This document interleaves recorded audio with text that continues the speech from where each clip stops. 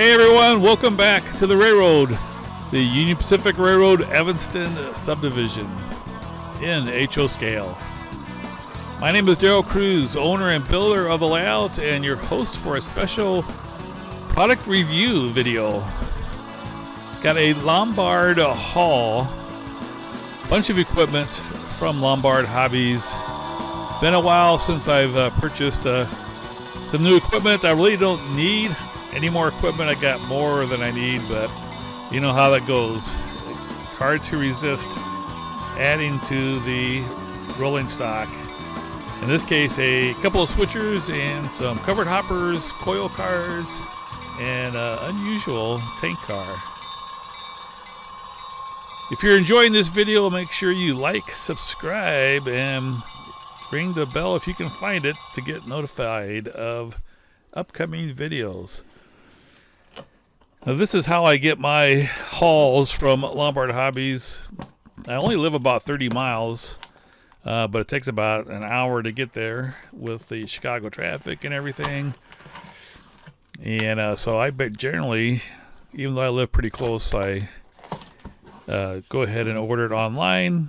And the guys there at Lombard Hobbies are real good about getting it out the same day. So if I order it one day, I pretty well have it from UPS the next day. And if you order enough, I think it's $450, you get free shipping. All right, here we have all the goodies, especially the candy, which I don't really particularly like those, but it's nice that they are generous that way. All right, so they have a packing slip. If you can read this, you can see all the different stuff that I got and who packed it and everything. They usually do a good job of packing everything safely. I don't think I've ever had anything come damaged. This time they used a system of foam slabs and styrofoam peanuts. And here's what we have. I had these on pre-order for quite some time. These are some modern Trinity covered hoppers. I think they're the 5161 cubic feet with trough hop hatches on top. I got these for $46.99. Usually try to keep the cost of cars under $40, harder and harder to do so. It's kind of a unique tank car from Intermountain. I did not have this on pre-order. I just kind of picked it up on a whim. As you can see, I went over my $40 limit by quite a bit on that one. The Pro car retails for $65. I got it for $51.99. Here we have some Atlas coil cars. I really like these. I have a number of them already. These were less expensive, only $29.99. They retail for $39. I got a bunch of these. I think I got 4 of Kansas City Southern and 4 of the CAGY. And I had just a few of these already, and I wanted to get some more so that I had a higher percentage of cars. I think I have something like 18 of them, maybe over 20. Have some from Scale Trains, but most of them are these Atlas ones. They're nice cars, inexpensive, and definitely happy to have them on the roster. Here's some more of the covered hoppers. I got all Union Pacific CMO with the West Vaco Trona mine and processing plant. Definitely need a lot of these hoppers for hauling soda ash out of West Vaco. Here's one more Kansas City Southern coil car.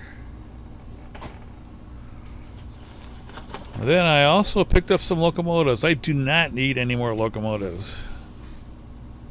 Here you can see it's an Athearn Genesis. Oh, here we go. I picked up some MP15ACs. Picked up 2 of them. Got these for $182.99.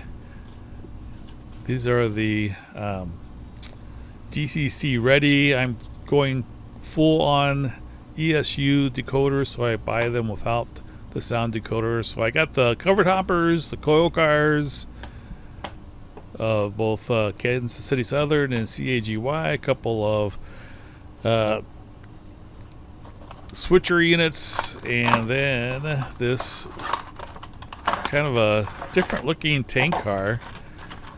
I wasn't going to get them at first, but I saw that these had the reflective tape on them. I thought, well, I'll go ahead and have some unusual. Plus, I have the UTLX repair facility, so I needed more UTLX cars. So this is by Intermountain. Very nice paint job, as they always do. You can kind of see some of the fine printing on it. Good paint on there. So there you go. You can read the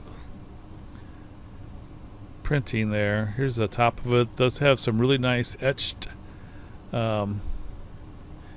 brass or whatever material it is for the walkways, and some good coupler and the air hoses and uncoupling levers and so on, some piping underneath. A very nice car. I actually don't recall ever seeing that car, but definitely good to have kind of a unique one there. And then here are the covered hoppers. I have more covered hoppers than anything. I have covered hoppers all over the place. I have a lot of covered hoppers for 2 reasons. There are tons of covered hoppers on the prototype, not just Union Pacific, but overall. A covered hopper is the most common railroad car in the United States. And of course, this is the Union Pacific, which is the owner of the CMO. Very nicely done on this here. Intermountain makes some really nice cars. Here you can see the end of car detail. You have the uncoupling latches, and then there is an air hose on there too, plus the handbrake and the very nice walkways, trough style. I always want to try and make sure I get the trough because I have a flood loader at Westvaco, which I think they use that. $27.99 for the coil cars that I got these for. It said $29.99, I think, but I got them for $27.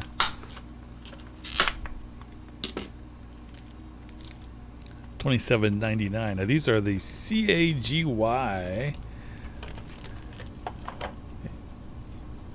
Yeah, I'm not really sure who is the owner. Maybe some leasing company of some sort. I have seen that reporting marks before. Here it says something kind of coil there.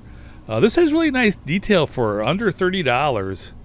It does have some brake hoses there. Looks like an uncoupling latch also. Has see-through walkways, but they're not metal. They're plastic. But you can actually see through them. So that's very nicely done. Here you can see some of the end of the car detail. Has the nice grab irons all the way around. So really nice detail for under $30. So great job, Atlas. Those retail for $30. Actually, I think it said $42. Got them for $27.99.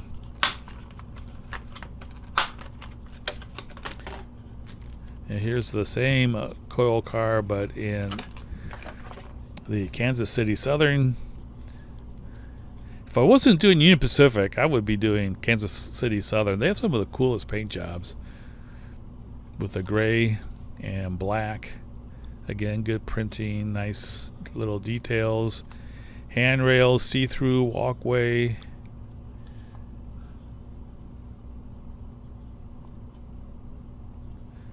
put my hand next to it. That way it focuses better.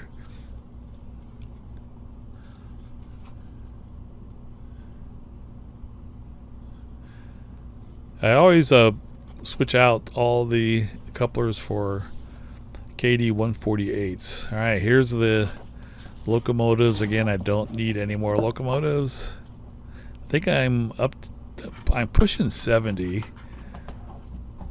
I'm gonna get some more Intermountain ES44 ACs when they come out, but then I'm done. I gotta really stop on the locomotives, actually on everything. I don't really have any more room. Here's some of the ads and stuff you get. They just have a nice little sheet here on information specifically to the MP15AC, while the warranty information, I sat down and made sure I read every single word on that. Of course, I did not do that.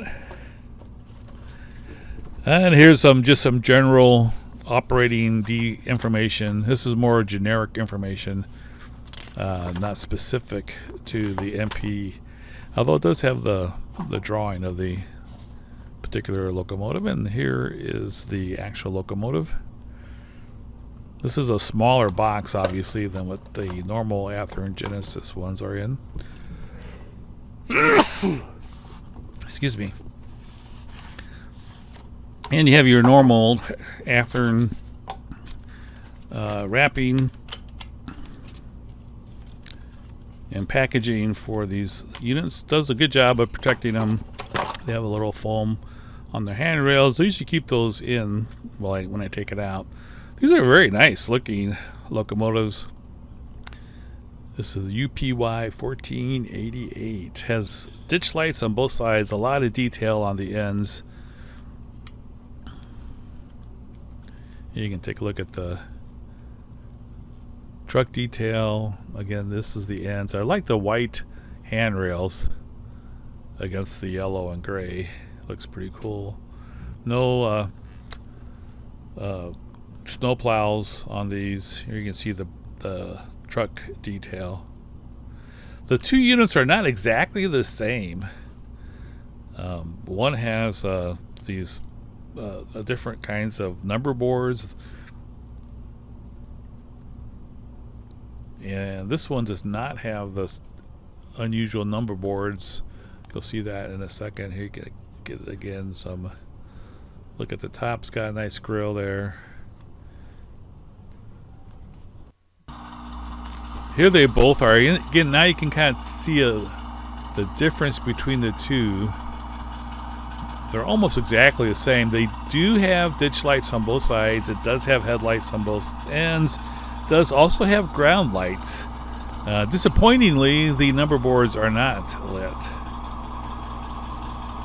Someday I might put those in. Now notice how this 1463 has the number boards on the front of the cab there also. Here you get a little bit better look at all the details.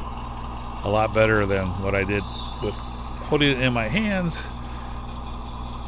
But the windows are different. Here you can see there's the two windows, and then two of them are blanked out. On the other one, it's a little bit different. The windows are very nicely done. There's some differences on the bell on the top of the hood and so forth, so there are some kind of cool differences between the two. They're not exact duplicates.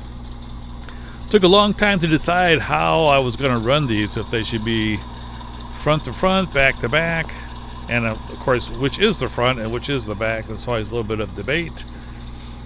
I have them hooked up with long hoods pointing towards each other. I found out that that's probably not the best way to do it. Here you get a good look at the printing. Nicely done, Intermountain. I'm not sure what that little, if I scratched it there in the middle or what. Now these look a little blue on the walkways, but it's just a reflection of the backdrop. See that little scratch there in the middle? I have no idea if that came that way or if I did it myself. It's not a big issue as far as I'm concerned, since I am going to be weathering all this. You can see there the coupler latches and the air hoses. I have 6 of these.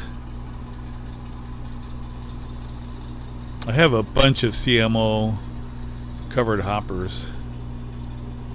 I have some from Intermountain here, a bunch from Athearn Genesis, a bunch scale trains, rivet counters, and also some scale train operators.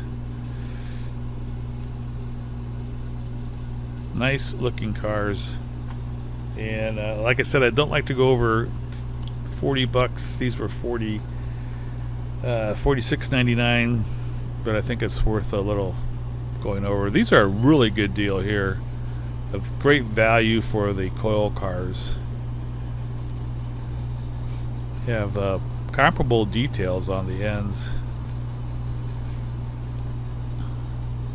Don't have as many ladders and stuff though. I'm sure it's probably a little bit simpler car to manufacture than a covered hopper with all the end ladders and walkways, but still a cool car.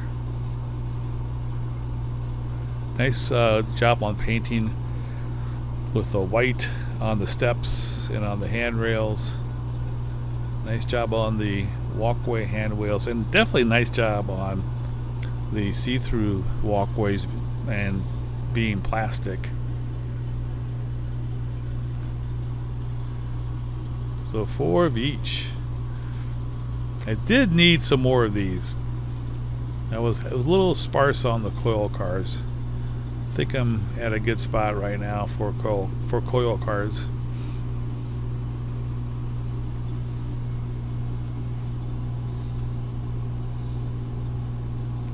This is the CAGY.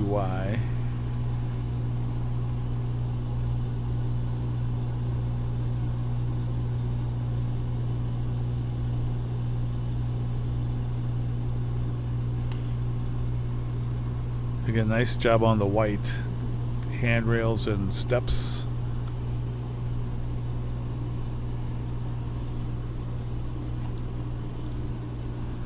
So nicely done overall.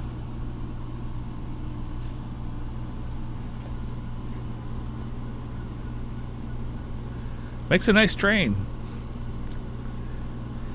14, actually 15 cars altogether.